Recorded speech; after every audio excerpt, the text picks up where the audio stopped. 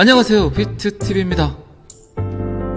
비트코인 일봉 차트입니다. 바이낸스발 악재가 지금 생성이 됐죠. 미국이 바이낸스를 태클을 걸려고 하는 징후들은 올 초부터 계속 이어졌죠. 금융에 꽤 보수적인 국가, 그리고 메이드 인 USA를 좋아하는 국가. 저는 그런 생각을 해요. 바이낸스의 압박을 가해서 뭘 가해서 만드는 거래소 있죠. 그 거래소를 키워주려는 액션이지 않을까요? 자, 여기서부터는 구독자분들에게만 노출이 되는 영상입니다. 구독, 좋아요 좀 눌러주시고요. 어쨌든 암호화폐 시장은 성장을 할 것 같고 여러가지 이곳저곳 정리를 해나가고 있습니다. 비트코인은 중국, 그리고 창펑자오, 바이낸스 CEO 중국, 이더리움, 비탈릭 부텔린 러시아계 캐나다인. 그런데 항상 딱 걸려있는 놈이 하나 있죠. 브래드 갈링하우스, 리플, 샌프란시스코에 있는 아주 튼튼하고 건실한 미국계 기업이 있죠. 그런데 그놈을 2020년 12월 SEC와의 법적 분쟁에 맞닥뜨리게 됐고, 시간이 이렇게 지나다 보니까 어쨌든 SEC와 리플과의 소송은 정리가 될 것 같고, 그렇게 정리가 되는 시점에서 이제 깨끗한 놈 하나를 만들어서 미국과 관련이 없는 그런 거래소들, 그리고 코인 회사들 조금씩 하나둘씩 정리를 하는 수순이 아닌가 싶습니다. 제가 영상에서도 여러 번 이야기 드렸지만 리플과의 소송이 끝나고 이더리움 조금 불안하다고 했죠. 그리고 저스틴 선의 트론.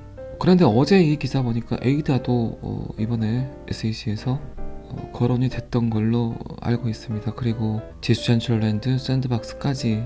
제가 그렇게 이야기 드렸지만 그렇게 많은 코인들이 필요하지 않습니다. 똑똑한 놈 하나가 정당성을 가지고, 타당성을 가지고, 명확성을 가지고 태어난다면 기술력이 좋은 수많은 코인들이 결국 XRP 안으로 들어오지 않을까, 그런 생각을 합니다.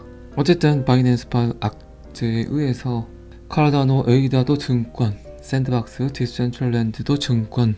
그러면 나머지 99.9%가 전부 다 증권이라고 해도 전혀 누가 태클을 걸 수 없겠죠. 어쨌든 상황들은 너무나도 재밌게 흘러가고 있습니다. 제가 이렇게 암호화폐 뉴스를 접하다 보면 항상 느끼는 거지만, 그 누군가의 정의, 그 누군가의 판단에 의해서 이미 짜여진 각본이 아닌가, 그런 생각이 많이 들더라고요. 자, 어쨌든 바이낸스발 악재에 의해서 비트코인 가격은 지금 25,700불까지 빠졌고요. 너무나 다행인 게 이것도 매물대라고, 요 매물대에 탁 걸려서 이 지점과 이 지점에 대한 지지를 받고 반등이 나왔습니다. 그 지점이 지금 24,900불인데 거의 그 지점까지 왔다가 반등이 나왔습니다. 지금 자리에서 깨진다면 비트코인은 이평선 240일, 360일선까지 빠지겠죠. 그 자리는 22,500불입니다. 그렇기 때문에 지금 자리에서 어정쩡하게 있지 말고 이평선 121선에 안착을 해야 되겠죠. 그 자리는 26,600불입니다. 그래도 어쨌든 바이낸스발 악재, SEC 소송 걸렸지만 그렇게 크게 빠진 것 같지는 않습니다. 생각보다. 서두에도 말씀드렸지만 이제 미국의 코인 거래소 구조조정, 특히 바이낸스 같은 경우는 더 그렇다고 봐야 되겠죠. 어쨌든 차트는 그만 보고 바이낸스 소식을 잠깐 더 봐보도록 하겠습니다. 현재 여러 채널에서 이 뉴스를 속보로 다루고 있습니다. 여러분들 또한 알고 계셨겠지만 지금 대충 제가 여러 채널의 데이터를 봐온 바로는 거의 마녀 사냥급, 태클을 걸려면 뭘 걸어도 잡히겠죠. 감사를 하는 것 같다, 압수수색을 하는 것 같다. 누구든지 기업이든 사람이든 먼지를 털다 보면 안 나오는 게 없죠. 그런 느낌을 받고 있습니다, 저는. 그래서 지금 바이낸스 코인, BNB 코인도 6% 이상 급락을 했고, SEC는 BNB 코인과 BUSD 스테이블 코인이 모두 미등록 증권이라고 주장을 했습니다. 어쨌든 소송의 내용은 바이낸스 거래소와 창펑자오, 등록되지 않은 증권 거래 플랫폼을 제공을 했다. 아직 명확성을 띠지 않은 코인들의 상장을 시켰다. 사기와 같은 연방증권법을 위반하는 행위에 직접적인 관여를 했다. 얼마 전에 코인베이스 CEO 브라이언 암스트롱이 그런 얘기 했죠. 그러면 법을 만들어 달라, 규칙을 만들어 달라, 거기에 따르겠다. 그런데 그런 것도 없이 그냥 게리 겐슬러는 비트코인을 제외한 모든 코인이 증권법에 따라야 된다, 증권이다라는 몽리하에 그냥 코에 걸면 코걸이, 귀에 걸면 귀걸이 식으로 무자비하게 탄압을 하고 있습니다. 그 근거는 어쨌든 미국이 뭔가를 하고 있다고 봐야 되겠죠. 이런 거 보면은 여러분들도 그런 생각 드시죠? 금융, 돈, 그런 모든 시스템은 어떤 식으로든 미국이 그 모든 걸 장악하려는 그들의 욕심, 욕망, 탐욕, 이런 거겠죠.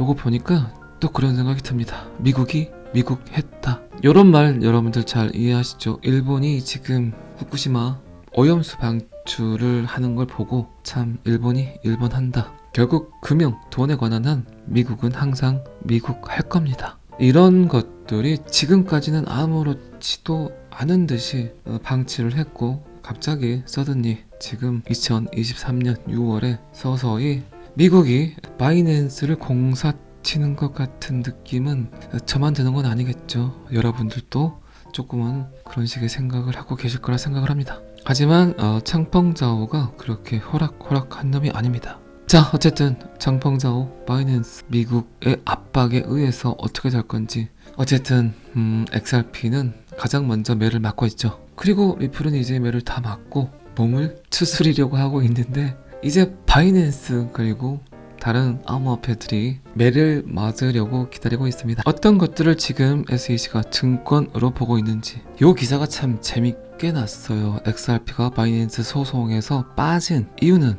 왜 그럴까요? 어쨌든 창펑자오 바이낸스가 미등록 증권을 위한 플랫폼을 오픈을 했다는 이유만으로 이제 소송에 휘말렸지만, SEC는 이 코인들을 같이 묶어서 언급을 했습니다. 그 코인들은 카르다노, 에이다, 솔라나, 폴리곤, BNB 코인, 그리고 BUSD, 스테이블 코인, 샌드박스, 아톰, 디센트럴랜드, 여러가지 코인들이 같이 섞여 있습니다. 그런데 여기에 왜 XRP가 빠져 있을까요? 팍스 비즈니스 저널리스트가 이 문제에 관해서 그의 생각을 이야기를 했는데, SEC가 XRP와 관련된 진행 중인 소송과 관련된 잠재적인 일관성 없는 결정이나 발견 문제를 피하려고 일부러 XRP를 제외시켰다. 그리고 리플이 현재 법적 싸움에서 SEC에게 승리하게 되면 지금 바이낸스 소송도 미 의회나 언론에 의해서 약간은 SEC가 한 발 물러설 수 있다고 판단을 했지만, 제가 생각하는 시나리오는 한 놈만 잘 키워도 인류라는 공동체 안에서 블록체인 기술이 할 수 있는 모든 일들을 XRP가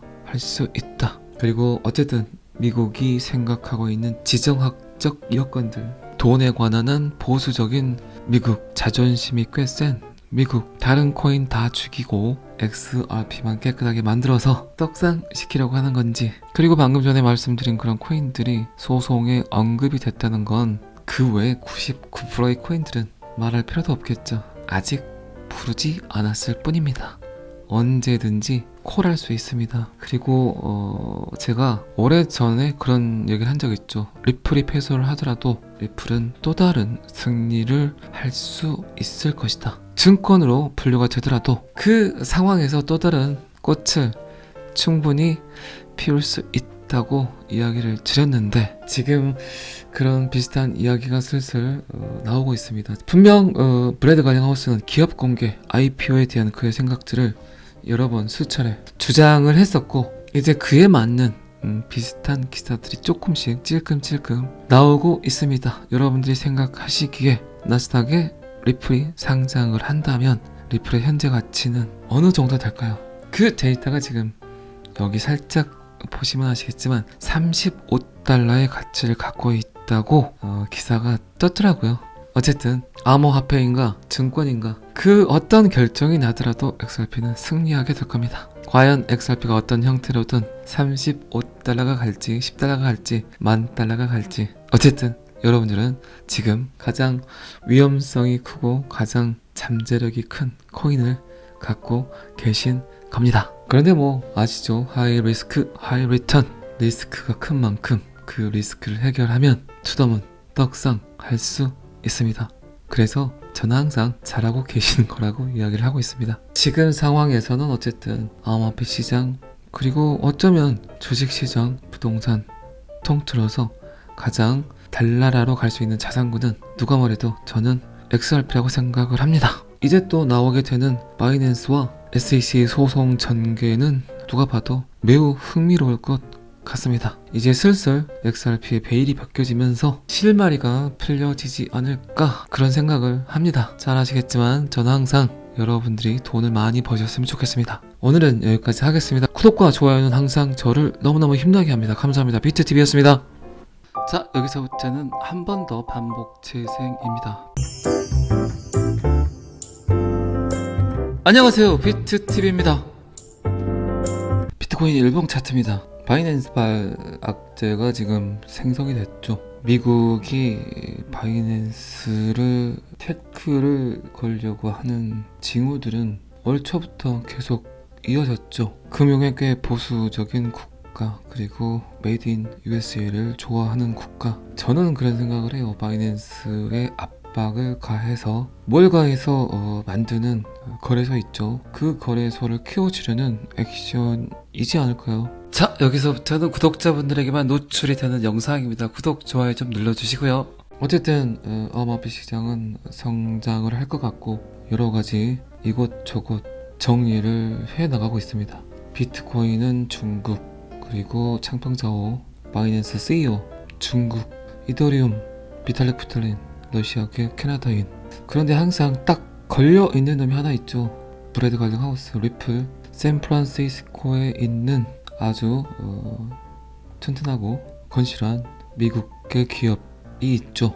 그런데 그놈을 2020년 12월 SEC와의 법적 분쟁에 맞닥뜨리게 됐고, 시간이 이렇게 지나다 보니까 어쨌든 SEC와 리플과의 소송은 정리가 될 것 같고, 그렇게 정리가 되는 시점에서 이제 깨끗한 놈 하나를 만들어서 미국과 관련이 없는 그런 거래소들 그리고 코인 회사들 조금씩 하나둘씩 정리를 하는 수순이 아닌가 싶습니다. 제가 영상에서도 여러 번 이야기 드렸지만 리플과의 소송이 끝나고 이더리움 조금 불안하다고 했죠. 그리고 저스틴 선의 트론. 그런데 어제 이 기사 보니까 에이다도 이번에 SEC에서 거론이 됐던 걸로 알고 있습니다. 그리고 디센트럴랜드, 샌드박스까지. 제가 그렇게 이야기 드렸지만 그렇게 많은 코인들이 필요하지 않습니다. 똑똑한 놈 하나가 정당성을 가지고 타당성을 가지고 명확성을 가지고 태어난다면 기술력이 좋은 수많은 코인들이 결국 XRP 안으로 들어오지 않을까 그런 생각을 합니다. 어쨌든 바이낸스발 악재에 의해서 카르다노, 에이다도 증권, 샌드박스, 디센트럴랜드도 증권. 그러면 나머지 99.9%가 전부 다 증권이라고 해도 전혀 누가 태클을 걸 수 없겠죠. 어쨌든 상황들은 너무나도 재밌게 흘러가고 있습니다. 제가 이렇게 암호화폐 뉴스를 접하다 보면 항상 느끼는 거지만 그 누군가의 정의, 그 누군가의 판단에 의해서 이미 짜여진 각본이 아닌가 그런 생각이 많이 들더라고요. 자, 어쨌든 바이낸스발 악재에 의해서 비트코인 가격은 지금 25,700불까지 빠졌고요. 너무나 다행인 게 이것도 매물대라고, 요 매물대에 탁 걸려서 이 지점과 이 지점에 대한 지지를 받고 반등이 나왔습니다. 그 지점이 지금 24,900불인데 거의 그 지점까지 왔다가 반등이 나왔습니다. 지금 자리에서 깨진다면 비트코인은 이평선 240일, 360일선까지 빠지겠죠. 그 자리는 22,500불입니다. 그렇기 때문에 지금 자리에서 어정쩡하게 있지 말고 이평선 121선에 안착을 해야 되겠죠. 그 자리는 26,600불입니다. 그래도 어쨌든 바이낸스발 악재, SEC 소송 걸렸지만 그렇게 크게 빠진 것 같지는 않습니다. 생각보다. 서두에도 말씀드렸지만 이제 미국의 코인 거래소 구조조정, 특히 바이낸스 같은 경우는 더 그렇다고 봐야 되겠죠. 어쨌든 차트는 그만 보고 바이낸스 소식을 잠깐 더 봐보도록 하겠습니다. 현재 여러 채널에서 이 뉴스를 속보로 다루고 있습니다. 여러분들 또한 알고 계셨겠지만 지금 대충 제가 여러 채널의 데이터를 봐온 바로는 거의 마녀 사냥급. 태클을 걸려면 뭘 걸어도 잡히겠죠. 감사를 하는 것 같다. 압수수색을 하는 것 같다. 누구든지 기업이든 사람이든 먼지를 털다 보면 안 나오는 게 없죠. 그런 느낌을 받고 있습니다, 저는. 그래서 지금 바이낸스 코인, BNB 코인도 6% 이상 급락을 했고, SEC는 BNB 코인과 BUSD 스테이블 코인이 모두 미등록 증권이라고 주장을 했습니다. 어쨌든 소송의 내용은 바이낸스 거래소와 창펑자오 등록되지 않은 증권 거래 플랫폼을 제공을 했다. 아직 명확성을 띠지 않은 코인들의 상장을 시켰다. 사기와 같은 연방증권법을 위반하는 행위에 직접적인 관여를 했다. 얼마 전에 코인베이스 CEO 브라이언 암스트롱이 그런 얘기 했죠. 그러면 법을 만들어 달라. 규칙을 만들어 달라. 거기에 따르겠다. 그런데 그런 것도 없이 그냥 게리 겐슬러는 비트코인을 제외한 모든 코인이 증권법에 따라야 된다. 증권이다라는 몽리하에 그냥 코에 걸면 코걸이, 귀에 걸면 귀걸이 식으로 무자비하게 탄압을 하고 있습니다. 그 근거는 어쨌든 미국이 뭔가를 하고 있다고 봐야 되겠죠. 이런 거 보면은 여러분들도 그런 생각 드시죠? 금융, 돈, 그런 모든 시스템은 어떤 식으로든 미국이 그 모든 걸 장악하려는 그들의 욕심, 욕망, 탐욕 이런 거겠죠. 요거 보니까 또 그런 생각이 듭니다. 미국이 미국했다. 요런 말 여러분들 잘 이해하시죠? 일본이 지금 후쿠시마 오염수 방출을 하는 걸 보고 참 일본이 일본한다. 결국 금융, 돈에 관한 한 미국은 항상 미국 할 겁니다. 이런 것들이 지금까지는 아무렇지도 않은 듯이 방치를 했고 갑자기 서든리 지금 2023년 6월에 서서히 미국이 바이낸스를 공사치는 것 같은 느낌은 저만 드는 건 아니겠죠. 여러분들도 조금은 그런 식의 생각을 하고 계실 거라 생각을 합니다. 하지만 창펑자오가 그렇게 호락호락한 놈이 아닙니다. 자, 어쨌든 창펑자오 바이낸스 미국의 압박에 의해서 어떻게 될 건지 어쨌든 XRP는 가장 먼저 매를 맞고 있죠. 그리고 리플은 이제 매를 다 맞고 몸을 추스리려고 하고 있는데 이제 바이낸스 그리고 다른 암호화폐들이 매를 맞으려고 기다리고 있습니다. 어떤 것들을 지금 SEC가 증권으로 보고 있는지 이 기사가 참 재밌게 났어요. XRP가 바이낸스 소송에서 빠진 이유는 왜 그럴까요? 어쨌든 창펑자오 바이낸스가 미등록 증권을 위한 플랫폼을 오픈을 했다는 이유만으로 이제 소송에 휘말렸지만 SEC는 이 코인들을 같이 묶어서 언급을 했습니다. 그 코인들은 카르다노, 에이다, 솔라나, 폴리곤, BNB 코인, 그리고 BUSD, 스테이블 코인, 샌드박스, 아톰, 디센트럴랜드 여러가지 코인들이 같이 섞여 있습니다. 그런데 여기에 왜 XRP가 빠져 있을까요? 팍스 비즈니스 저널리스트가 이 문제에 관해서 그의 생각을 이야기를 했는데 SEC가 XRP와 관련된 진행 중인 소송과 관련된 잠재적인 일관성 없는 결정이나 발견 문제를 피하려고 일부러 XRP를 제외시켰다. 그리고 리플이 현재 법적 싸움에서 SEC에게 승리하게 되면 지금 바이낸스 소송도 미 의회나 언론에 의해서 약간은 SEC가 한 발 물러설 수 있다고 판단을 했지만 제가 생각하는 시나리오는 한 놈만 잘 키워도 인류라는 공동체 안에서 블록체인 기술이 할 수 있는 모든 일들을 XRP가 할 수 있다. 그리고 어쨌든 미국이 생각하고 있는 지정학적 여건들 돈에 관한 한 보수적인 미국 자존심이 꽤 센 미국 다른 코인 다 죽이고 XRP만 깨끗하게 만들어서 떡상시키려고 하는 건지 그리고 방금 전에 말씀드린 그런 코인들이 소송에 언급이 됐다는 건 그 외에 99%의 코인들은 말할 필요도 없겠죠. 아직 부르지 않았을 뿐입니다. 언제든지 콜할 수 있습니다. 그리고 제가 오래전에 그런 얘기를 한 적 있죠. 리플이 패소를 하더라도 리플은 또 다른 승리를 할 수 있을 것이다. 증권으로 분류가 되더라도 그 상황에서 또 다른 꽃을 충분히 피울 수 있다고 이야기를 드렸는데 지금 그런 비슷한 이야기가 슬슬 나오고 있습니다. 분명 브래드 가링하우스는 기업 공개 IPO에 대한 그의 생각들을 여러 번 수차례 주장을 했었고, 이제 그에 맞는 비슷한 기사들이 조금씩 찔끔찔끔 나오고 있습니다. 여러분들이 생각하시기에 나스닥에 리플이 상장을 한다면 리플의 현재 가치는 어느 정도 될까요? 그 데이터가 지금 여기 살짝 보시면 아시겠지만 35달러의 가치를 갖고 있다고 기사가 떴더라고요. 어쨌든 암호화폐인가 증권인가 그 어떤 결정이 나더라도 XRP는 승리하게 될 겁니다. 과연 XRP가 어떤 형태로든 35달러가 갈지 10달러가 갈지 10,000달러가 갈지, 어쨌든 여러분들은 지금 가장 위험성이 크고 가장 잠재력이 큰 코인을 갖고 계신 겁니다. 그런데 뭐 아시죠? 하이 리스크 하이 리턴, 리스크가 큰 만큼 그 리스크를 해결하면 투더문 떡상 할 수 있습니다.